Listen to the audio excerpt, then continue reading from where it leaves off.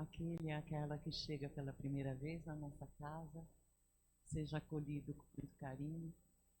E nós estamos na Escola de Pais Eurípides Barçanufo, onde o lema é educar-se para educar. Então nós estamos aqui para educar os nossos corações, para que também possamos educar aqueles que estão sob nossa responsabilidade. Antes de nós começarmos, nós temos alguns recados. A partir do primeiro sábado de julho, a Escola de Pais, que acontece aos sábados de manhã, essa nossa tarefa, terá início meia hora mais cedo. Então, coloquem para despertar mais cedo, pois vai iniciar às 8h30 da manhã. Lembramos que o horário da tarde se manterá no horário de sempre, às 14 horas. Então, a partir do primeiro sábado de julho, a nossa tarefa começará meia hora mais cedo. Então, às 8h30 da manhã. Nós temos a nossa festa junina nos dias 31 de maio, 7 de junho e 14 de junho lá na IAM. Das 18 às 22, com comidas, danças, brincadeiras para toda a família. A gente pede para as pessoas irem, colaborarem com a IAM. É muito gostoso, é sempre muito divertido, né? Então, que nós possamos colaborar com a nossa IAM. E agora, nós vamos pedir aos senhores que desliguem os celulares. Esse momento é só nosso. É um momento de interiorização. Então, vamos todos nós, nesse instante, procurar sentar de maneira tranquila, serena, e elevar os nossos pensamentos e os nossos corações até os amigos do plano espiritual que se encontram neste momento conosco aqui nesta casa de oração. E vamos, juntamente com eles, elevar ainda mais as nossas vibrações e alcançarmos o nosso Mestre Jesus. Mestre querido, estamos mais uma vez reunidos em Teu nome para aprender um pouco mais daquilo que Você deixou, aprender um pouco mais para que eu possa me sentir melhor, para que eu possa me sentir capaz de seguir em frente e evoluir. Que Você, Jesus, possa estar conosco nesta manhã, iluminando as nossas mentes e os nossos corações, para que o aprendizado deste dia possa nos acompanhar durante toda a semana e durante toda a nossa vida. Fica conosco, Jesus, fica conosco, amigos do plano espiritual maior. Que assim seja, graças a Deus.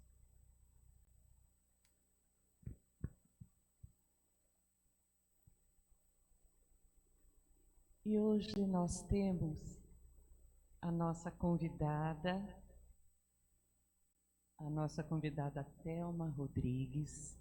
Ela é psicóloga, ela é mestre em autismo e família, e ela vai dizer sobre o autismo, a missão espiritual dos cuidadores de autistas. Thelma, por favor.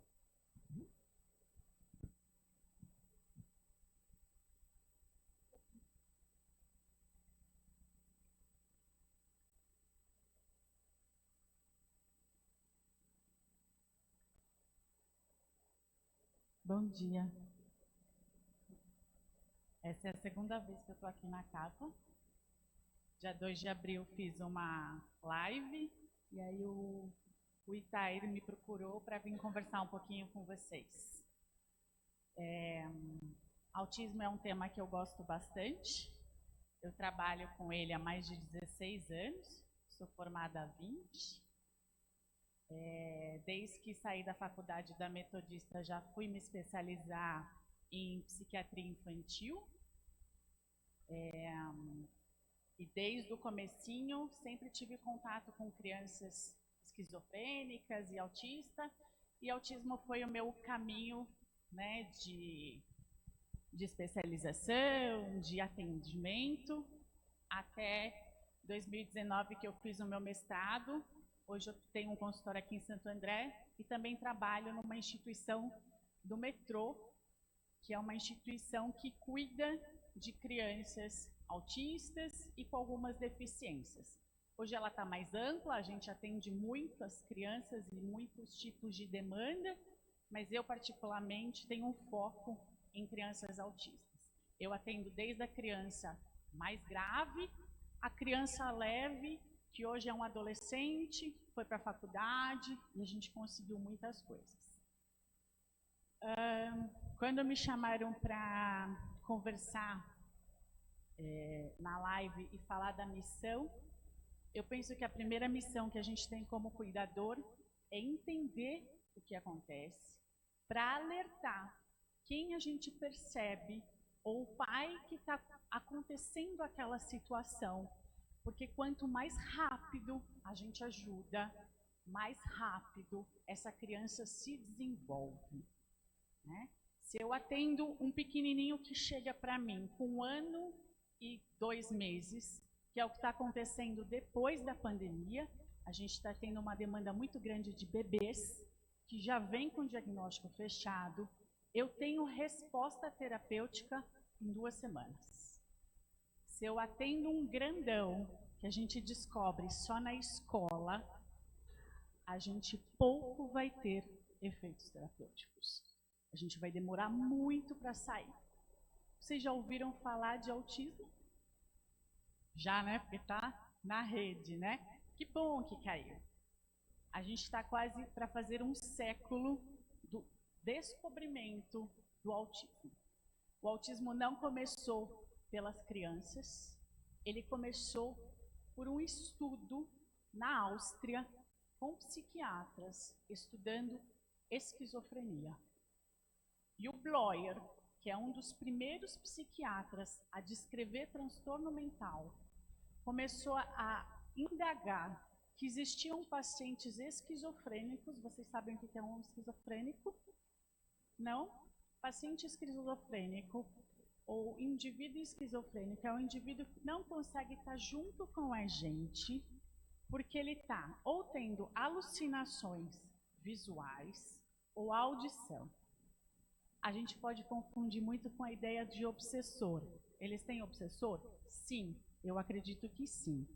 Mas eles estão num estado mental que eles não conseguem perceber a diferença. Então, ao mesmo tempo que ele está aqui com você, ele está conversando com um monte de gente, e esse monte de gente está fazendo muito mal para ele. Ele se sente ameaçado, ele se sente acuado. Alguns esquizofrênicos até batem no outro, porque eles estão muito ameaçados mentalmente. E o Bloyer começou a falar, tem alguns pacientes esquizofrênicos que são diferentes. Eles são super inteligentes, cognitivamente, mas eles são muito isolados, eles se afastam, eles não olham no olho, eles não conseguem abraçar, eles se arrepiam. E aí ele foi buscar um termo lá na Grécia e, junto com Freud, que era um psicanalista, que estava estudando o autoerotismo, que é uma palavra que representa o quanto, inicialmente, a gente precisa ter contato com o corpo. Sabe a criancinha que brinca com a mão? Isso é autoerotismo, é uma brincadeira com o corpo para se conhecer. Ele fala, esses indivíduos não têm isso. Eles não conseguem ter esse contato com o corpo. E aí ele traz o nome de autismo. Pode? Ah, sou eu que passo, né?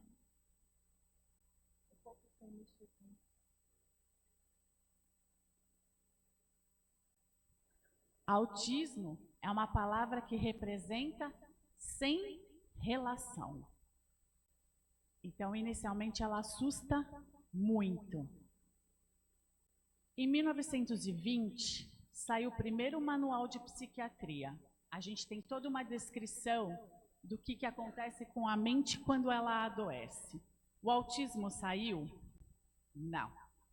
Ele não foi declarado como uma doença. Ele era um sintoma de alguma coisa. Sintoma, tipo quando a gente vai no médico, você não vai falando um monte olha, eu tô com febre, eu tô com coriza, eu tô com dor de barriga, e ele fala, isso é uma virose, ou isso é uma gripe? Sintoma é toda essa especificação para eu fechar um diagnóstico. Então, não tinha. O que acontece? Na guerra, Segunda Guerra Mundial, quem começa a adoecer? Vocês fazem ideia? Não. As crianças. As crianças começam a ficar muito doentes. Porque elas estão sofrendo muito. Elas estão sendo separadas dos pais, colocadas em câmaras. Não era isso que estava acontecendo, um horror. E ali elas começam a ficar muito tristes e muito isoladas. E vai um psiquiatra e salva muitas crianças da morte. Hans Asperger salvou muitas crianças da cama, dizendo que essas crianças são muito inteligentes. Elas podem ser até isoladas e não quererem o nosso contato. Elas preferem ficar num cantinho do que conversar. Só que elas são especiais. E ele simplesmente salvou. Ele foi o anjo ali. Só que junto com ele, uma mãe se desespera a ir lá nos Estados Unidos e pede ajuda para um psiquiatra. Fala, eu tenho um filho que não me escuta. Ele parece que não sabe nem o nome dele. E quando eu vou abraçar, ele grita. E ela o chama de louco. E o psiquiatra fica muito bravo com essa mãe, isso tudo por carta, e fala, não pode ter crianças loucas. Isso não existe. E ela fala, existe sim. Se eu tenho um filho que não responde ao meu chamado, eu acho que ele é louco. E ele começa a estudar e perceber que tem outras crianças assim. Junto com Asperger, lá na Áustria, por carta, eles começam a descrever. E aí eles acham a primeira criança autista. E este nome vem aí. E aí começa todo um estudo sobre crianças que se colocam de maneira diferente na sociedade. Elas são capazes de aprender, elas vão para a escola, elas conseguem ser gênios em matemática, mas elas são péssimas em português. Por que isso? Tem ideia? A fala. A fala é um sintoma que elas não conseguem. A gente sabe que um pequenininho é autista. Como eu sei que um pequenininho é autista? Porque ele não olha para mim. Ele não me escuta. E ele não fala. Se ele não fala, o que prejudicou? O que a gente chama de linguagem. Fala é só um sintoma. Linguagem é um complexo que um bebê tem desde pequenininho. Um bebê, quando sai da barriga da mãe, ele sabe uma coisa. Duas, na verdade. A voz do pai, porque é a única que ele consegue escutar do útero, pelo tom, e o cheiro da mãe. Se coloca um bebê quando nasce aqui, ele escorrega até o peito, por causa do cheiro que ele sentia no útero. Os bebês autistas fazem isso? Fazem. Só que depois de 2 meses, eles vão perdendo conexão. A gente na psicanálise diz que eles começam a ficar surdos emocionalmente. Eles começam a não escutar a mamãe. Então são bebês que não choram para comer. São bebês que não choram porque tem dor, porque eles não conseguem entender dor. Uma criança autista grave, de nível 3, quando junta comorbidades, ela pode cair daqui, bater a cabeça num prego e sair andando sem nada sentir, porque não tem sensibilidade de dor. Isso é quase uma proteção. Ela vai perdendo. Se ela não tem a escuta, o que ela vai perdendo? A conexão com a mamãe. E o que a gente vai tendo nessas famílias? Uma tristeza instalada. Eu tenho ao mesmo tempo pais que vêm correndo pedir ajuda e ao mesmo tempo pais que choram porque eles não sabem o que o filho vai ser ali adiante.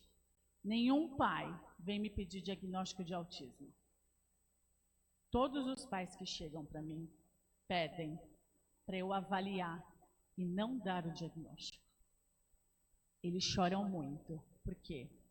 Não é um diagnóstico que a gente fecha geneticamente. Olha, como a síndrome de Down. Olha, esse é o X23, que triplicou. Ao invés de ser 2, ele é 3. Então é isso e isso e isso que vai acontecer com o seu filho. Não. O autismo eu vou fechar depois dos 3 anos de idade. O que é uma criança de 3 anos de idade? É a criança que está saindo da fralda. É a criança que já fala horrores, não é? Aquela criança que não fica quieta, tudo é por quê? Por quê? Por quê? Não é? É a criança que o mundo é maravilhoso. E o que está acontecendo com a criança autista? Ela está quietinha, girando a roda ou fixada no ventilador. Porque a cabecinha parece que está parada.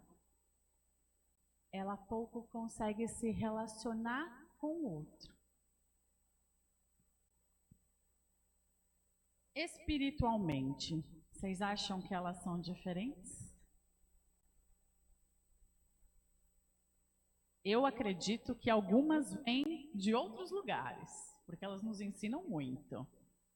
Eu tenho paciente que não fala português, mas fala alemão. E me conta sobre as passagens da Áustria. O que ele viveu, nem ele sabe. E como a gente chegou até lá, num trabalho que eu fui fazendo com uma palavra que ele fazia. Na verdade, era uma frase. Thelma mora em Santo André. Vem em São Paulo. Pega metrô e ele parava. E eu fui ajudando ele neste raciocínio. Eu pego estação tal, e a gente foi construindo para eu entregar mais linguagem a ele e para ele me entregar o que ele tem. Porque eles têm muito conteúdo, mas pouco eles conseguem nos trazer. Até que ele começa a perguntar quem era Beethoven.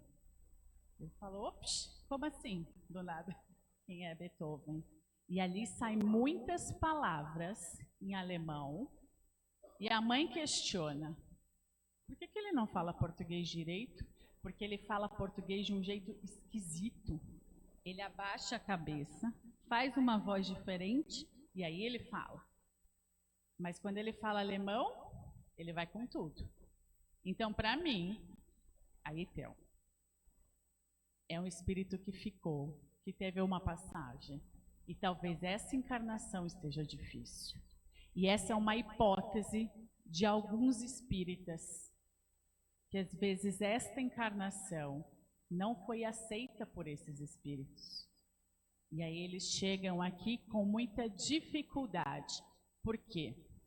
Autista tem dificuldade de sentar como vocês. Não porque eles não querem, porque eles não conseguem.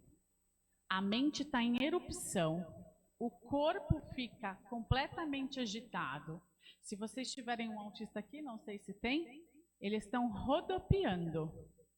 Eles não estão rodopiando porque eles têm dificuldade. Eles estão rodopiando porque eles não conseguem ir para ela e pedir ajuda. Do tipo, como que eu fico parado? E é isso que a gente vai ajudando na terapia. Eu pego um pequenininho que está agitado e começo a brincar com ele. Muitas vezes jogo uma bola, porque a bola tem esse intuito do vai e volta, não tem? Ou a bexiga, ou a bolinha de sabão, isso é para provocar mesmo, do tipo, cara, eu quero você aqui, independente se você é bravo ou não. Se chega um autista super bravo, agressivo, porque ele não tem fala, quanto menos fala, mais agressivo. Não que eles sejam agressivos. Tanto que quando a gente ajuda com a agressão, a primeira coisa que acaba é ela. Quando a gente começa a pôr palavras do tipo, vem e me chuta, é o primeiro contato. Eu chego, oi, eu sou a Thelma, eu vim te atender. O que eu recebo é um grande chute. Pau! E aí, se eu estou, tipo, na clínica, que já aconteceu, até pais vêm me salvar. Tipo, você precisa de ajuda? Não, eu preciso ajudar um pequenininho, que está muito bravo com todo mundo, mas mal ele sabe. Eu vou ajudando ele com isso.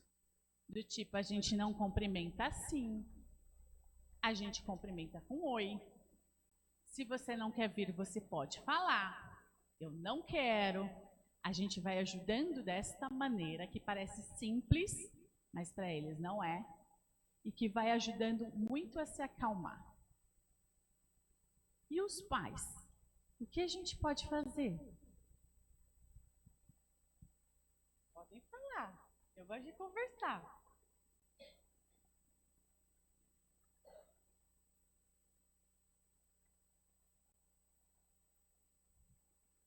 No que os pais precisam de ajuda?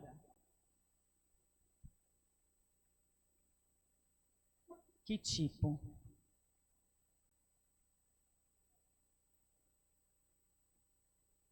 Sim. São pais que se culpam muito.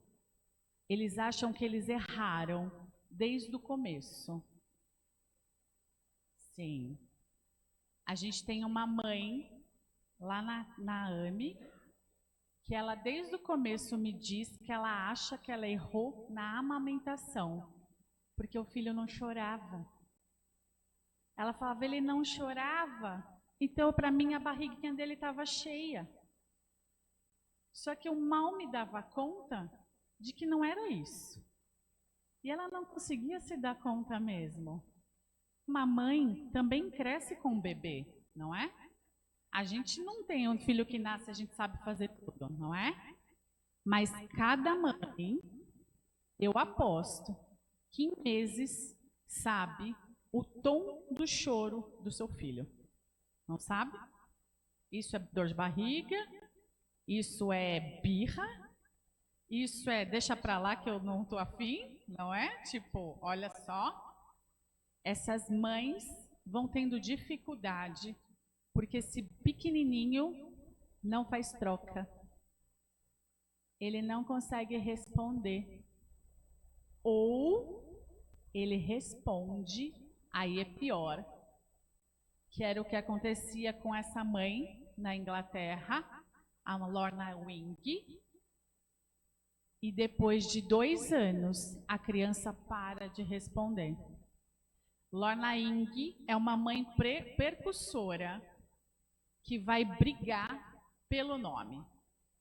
Ela vai falar que autismo não é tão grave, porque a filha dela respondia em algumas coisas. E aí, a gente historicamente não tem mais autismo e a gente passa a ter transtorno do espectro autista e vira uma questão da neurologia. Ele é um distúrbio neurológico, algo acontece diferente nesta mente. Então, o que eu tenho? Crianças autistas pensam diferente. Eles calculam. Um exemplo. Se eles estivessem aqui na sala, eles não estariam vendo todo mundo, como eu estou. Eles estariam focados em algum objeto. E dali, eles começam a ter muitos raciocínios e aprender diferente. Por isso que a matemática é muito mais facilitada com eles, porque é números. Eu tenho um paciente, os pacientes autistas conseguem tirar 10 em matemática, mas eles não conseguem entender o texto inicial da questão. Por isso que eles precisam de adaptação. A professora precisa estar atenta de que ele não vai conseguir ler e entender que é um problema de multiplicação, mas ele vai saber fazer a conta muito mais rápido que a criança do lado. Isso faz ele pensar diferente. Estou com um paciente lá na AME que outro dia fez uma coisa linda. É um menino que tem muitas dificuldades de ter amigos. Ele não consegue ficar do lado. Ele não consegue nem ficar comigo, que já está um tempão, na minha frente. Ontem a gente estava pintando o Sonic. Ele é vidrado no Sonic. Ele não sabia se ele ficava ajoelhado, ou em pé, ou sentado. Eu imagino esse moleque numa sala com 30. A professora enlouquece mesmo. Ela manda mensagens para mim semanal, do tipo, como que eu sossego ele? Eu falo, olha, se eu tenho dificuldade em 40 minutos, imagina ele em torno de uma galera e ele não sabe pedir ajuda. Então, ontem eu comecei a ajudá-lo com isso, do tipo, primeiro, você tem que lembrar, se você estiver fazendo uma atividade, aonde você tem que ficar? Sentado. Então, vamos sentar? Vamos. Ele sentou por 5 segundos. Ele levantou e falou, mas é muito legal isso, porque eu tinha comprado tinta bastão. É uma tinta que não esparrama tudo, sabe? Tipo, deixa a coisa mais controlada. E ele estava se deliciando com aquilo. Eu falava, eu entendi que é muito legal. Mas olha, você vai se perdendo e o desenho está ficando. Vamos lá com mais calma? Vamos ficar tranquilo? Então, esse menino na escola dá muitos problemas. Porque num jogo de queimada, ele está ao mesmo tempo calculando o tempo da bola e com dificuldade de falar com o amigo que ele quer passar a bola. São muitos pensamentos que ele não consegue conter. E aí, outro dia, ele chegou e falou, Thelma, você acredita que eu tenho 2 amigos? Eu falei, jura? Um é autista e o outro é TDAH. Eu tenho os 2, por isso que eu tenho amigo. Olha onde ele ficou. É bonitinho, né? Mas, tipo, você viu, muito legal. Um é autista e o outro TDAH. Eu falei, o pior é que vai se juntando tudo igual, né? Tipo, mas tá indo bem. Ele vai se deparando com as suas dificuldades. Os pais, eu acho que é o trabalho que eu mais sinto dificuldade, porque primeiro que eu tenho que tirar os pais de uma grande depressão, que é o sentimento de culpa. Quando o sentimento de culpa está lá no topo, o transtorno que aparece é a depressão. Então, imagina um pai que aos 3 anos de idade do seu filho, ele queria ver o filho dele correr, tirar a fralda e ir para a escola. Aí ele vai num médico ou numa psicóloga e fecha o diagnóstico de autismo. O que acontece com esse pai? Com os pais, eles recuam tudo. E o sentimento de culpa aparece gigantesco. Aí a gente tem 2 questões. Trabalhar com criança autista, que pode estar muito grave, e a gente tem vontade de acelerar para ajudá-la, e tirar esses pais da depressão. Porque eles não podem deprimir, porque eu preciso deles. Eu preciso da força deles para estar ali. Eu preciso que eles invistam. Então, inicialmente, eu tenho que tomar cuidado até com o que eu faço. Faz um mês que eu recebi uma mãe, que ela tem uma filha de fertilização. Então, é uma mãe mais velha, que planejou muito para ter aquela pequenininha. E ela chegou para mim e falou, tá todos os exames aqui que eu fiz durante a gravidez. Não tem autismo. Eu sei que você é especialista, mas você não vai me dar esse nome. Não tem. E uma menininha muito grave. Uma menininha que não conseguia nem ficar no colo dela. É uma menininha que se colocava aqui no ombro, porque tem muita dificuldade de visual. E eu recebo aquela mãe, fico um pouco recuada, e o primeiro trabalho que eu faço com ela é saindo da minha sala falar. Antes da gente falar de autismo, a gente vai começar a mudar alguns comportamentos. A sua filha não vai mais ficar no ombro. Vamos descer? E eu pego a menina, que é muito gordinha, e ponho no meu colo, na minha barriga. Eu sei que isso é muito ruim, mas eu preciso ajudá-la a conseguir olhar para o outro. O olhar é o primeiro sintoma de um bebê para a mãe. Não olha quando está mamando. Então eu preciso fazer esta conexão. Conexão de espírito com espírito na terra vem pelo olhar, certo? É o primeiro. Toda criança procura a mãe pelo olhar. A gente se procura o tempo todo sem perceber. Quando eu faço isso, essa criança entra em crise. E eu vou junto com ela tentando acalmar e ajudando ela a entender que eu sabia que era difícil, mas que a gente ia conseguir. E essa mãe fica horrorizada, porque ao mesmo tempo que a filha está aos berros, a filha vai e começa a brincar com a minha orelha. E aí ela para e fala, Thelma, como você fez isso?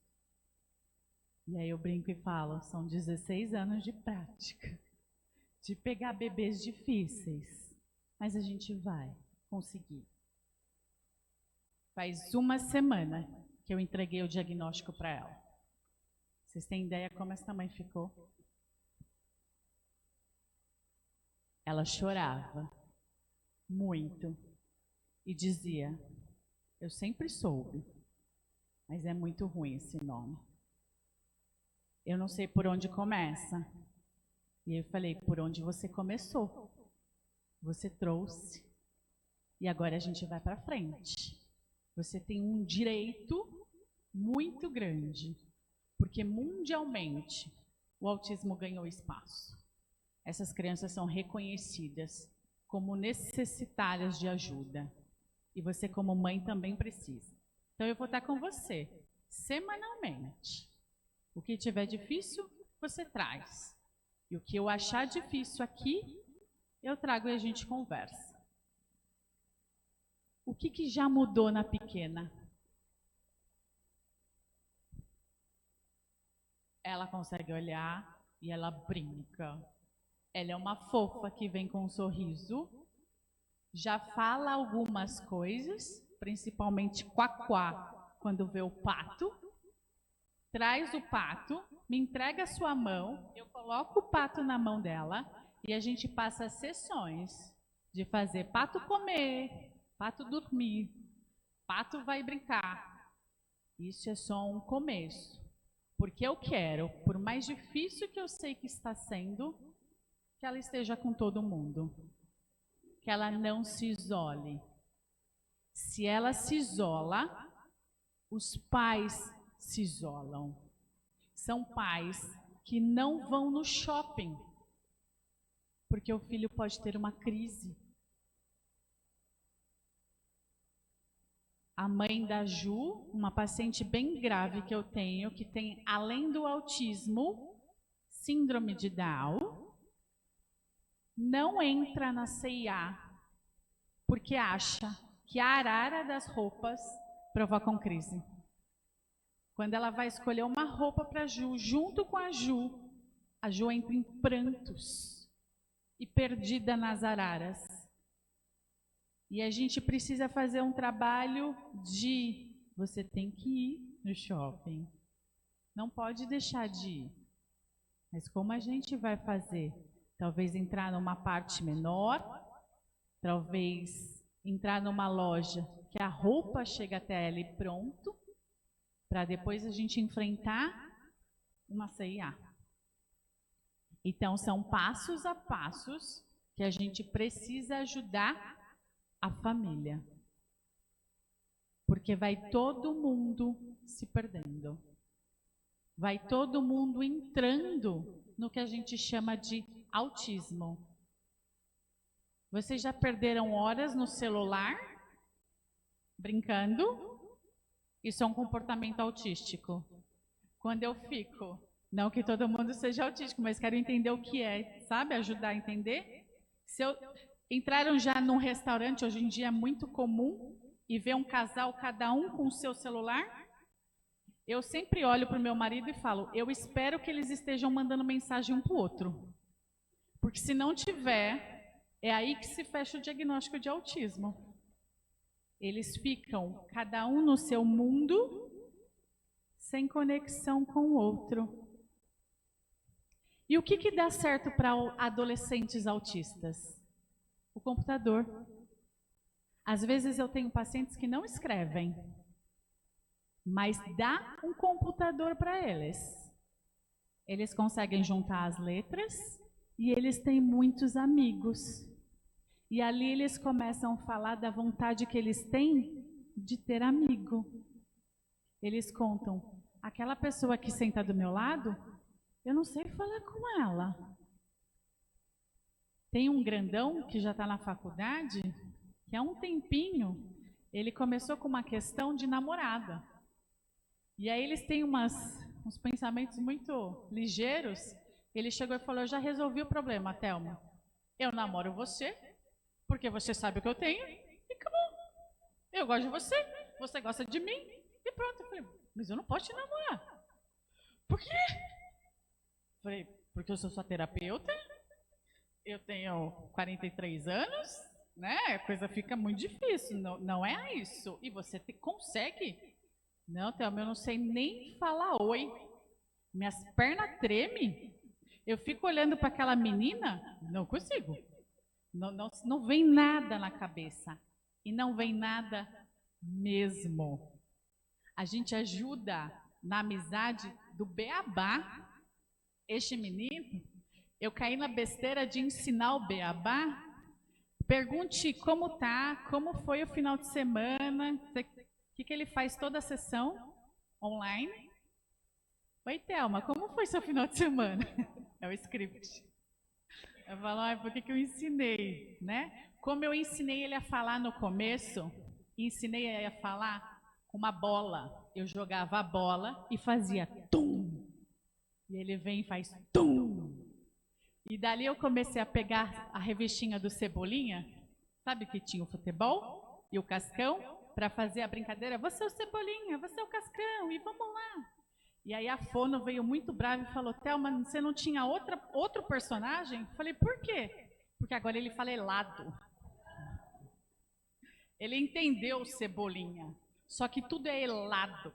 E não é porque ele não consegue RL, é porque a terapeuta dele ajudou. Falei, mas é porque a gente, quando é terapeuta de crianças autistas, a gente tem que ser muito criativa. O Cebolinha foi minha primeira salvação, porque eu falei, quem que joga futebol? Vamos lá. Ela falou, não, você está errada, vamos pensar de outra forma.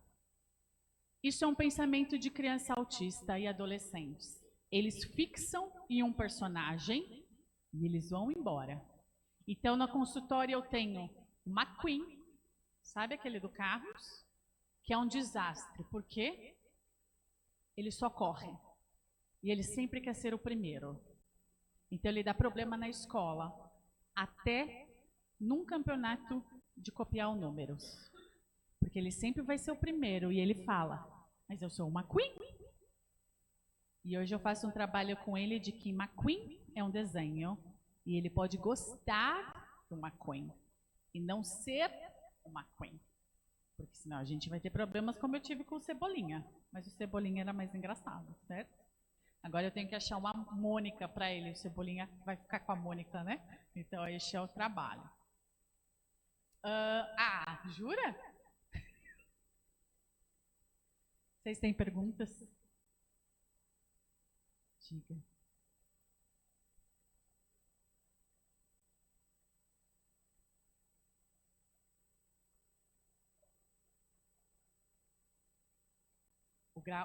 Sim. Se eu tenho pais que buscam terapias mais rápido e aceitam um diagnóstico, eu tenho uma criança que se desenvolve e pode ir para a faculdade. Nem todas vão conseguir. Autismo é uma deficiência. Por mais que a gente já pense nela como um transtorno neurológico, algo vai dificultar. Então, eles vão ter dificuldades no cenário. Eles não vão acompanhar a turma. Então, a gente sempre vai levar isso para a vida. Mas a mãe do Augusto, é uma mãe que desde o começo catou no colo e foi. Tipo, não importa aonde. É uma mãe que na pandemia ligou para a editora Abril e falou: meu filho é autista e quer ir para a faculdade. Que livro vocês têm? E ela conseguiu na Abril um monte de apostila, da qual ele estuda até hoje, porque ele vai para um Enem esse ano. Vai para um Enem de uma forma diferenciada. Ele tem uma carta da doutora Heloísa, que é a neuro que trabalha na AME, que pede para ele ter mais tempo para resolver as questões. Então, é um menino que não faz um vestibular em 4 horas, ele faz em 6. E se ele não dá conta, ele ganha nota. Ele sabe disso, mas essa mãe é muito guerreira. Eu tenho a mãe da Ju, que não conseguiu, que sofreu muito, desde o diagnóstico do síndrome de Down. E aí eu tenho mais dificuldades, porque é uma mãe que nem da casa sai. Ela vem para a terapia. E muitas vezes ela me pede: se eu morrer, você fica com ela? E eu falo: não. Por mais que eu goste. Ela é minha paixão. Ela é uma menininha que não fala nada, mas sabe o barulho do meu sapato. Quando eu começo a descer a rampa, ela levanta e vem até a mim e bate no meu rosto como se for um oi. Mas vocês concordam que eu não posso levá-la para casa? Não é um direito meu. O meu dever é ajudar essa mãe a pensar o que ela vai fazer. Infelizmente, muitas mães que não aceitam também vão desejar que seus filhos morram antes, porque elas não têm para quem dar ou doar. E criança autista, quando está na escola e vai para a faculdade, eles são muito legais. Mas os graves, a gente não consegue ficar. Eles babam, eles usam fralda, eles não falam, eles mordem. Quando eles viram adolescentes, eles encoxam na gente e fazem como se estivesse tendo uma relação sexual. Então, imagina eu, como mãe, para quem eu vou doar o meu filho, entende? Então, um pensamento que vem e falam, às vezes, em sessão: Thelma, como que faz para morrer antes? É muito triste, certo? Mas qual é o sofrimento dessa mãe?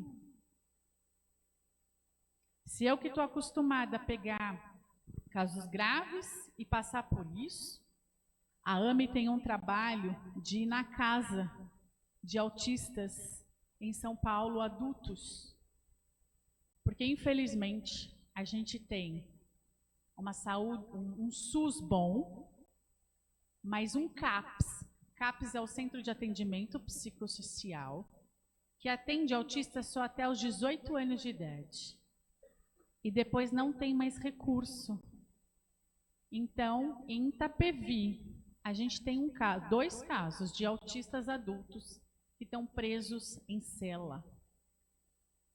Que o trabalho que eu ajudei a cuidadora a fazer foi, primeiro, ajudar o pai a se organizar e entender que ele precisava da medicação e a realmente começar a pensar em abrir a cela, porque não é um bicho. Se porta como, porque não está na sociedade. Certo? E não tem linguagem.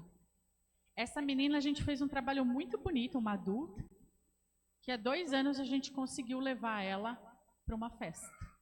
Toda pintada, com o vestido que ela escolheu. A cuidadora manda uma foto para mim e falou, Thelma, é impressionante o que a gente consegue fazer. É impressionante. Porque eles não estão fora. Eles estão precisando de ajuda. E ajuda desde o comecinho. Eu ajudo as mães até a pensar que o filho, que ela precisa entrar no banho, porque por mais que ele tenha 18 anos, ele não sabe tomar banho. Às vezes vocês pegam um grandão, esse grandão que fala em alemão, um cheiro. Você fala, não, meu. Aí ela fala, mas ele vai todo dia pro banho. Eu aposto que ele não sabe tomar banho. Aí eu começo a perguntar, cara, por onde passa o sabonete? Aí ele, o quê? O sabonete. Passa a barriga, passa não sei o quê. E aí fica parado e você fala, mãe, pode entrar. Tem vergonha não, eu tenho que ter. Mas vamos lá. Como a gente ensina adolescentes, como faz quando tem ereção para os meninos? Essas mães não conseguem. Tinha uma escola em São Paulo que jogava um lençol no menino porque ele estava se masturbando. E aí eu fui lá e falei, não. Os outros meninos fazem isso? Não. Então por que ele faz? Ele é autista. Não. Ele é autista, sim, mas ele precisa entrar na sociedade, não é? Pode mandar para o banheiro. Vai para o banheiro. E às vezes eles ficam enlouquecidos, porque no meio de uma sessão o negócio começa. Eu falo, vai lá no banheiro, eu te espero.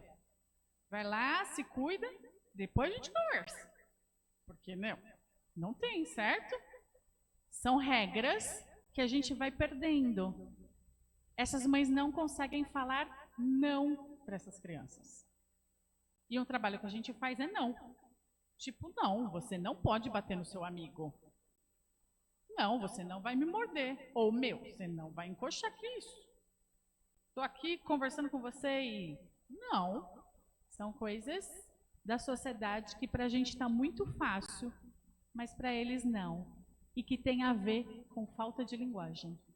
Lá do comecinho. Se eu não falo, eu não tenho regra. Eu não consigo internalizar. E aí as coisas vão ficando muito mais difíceis.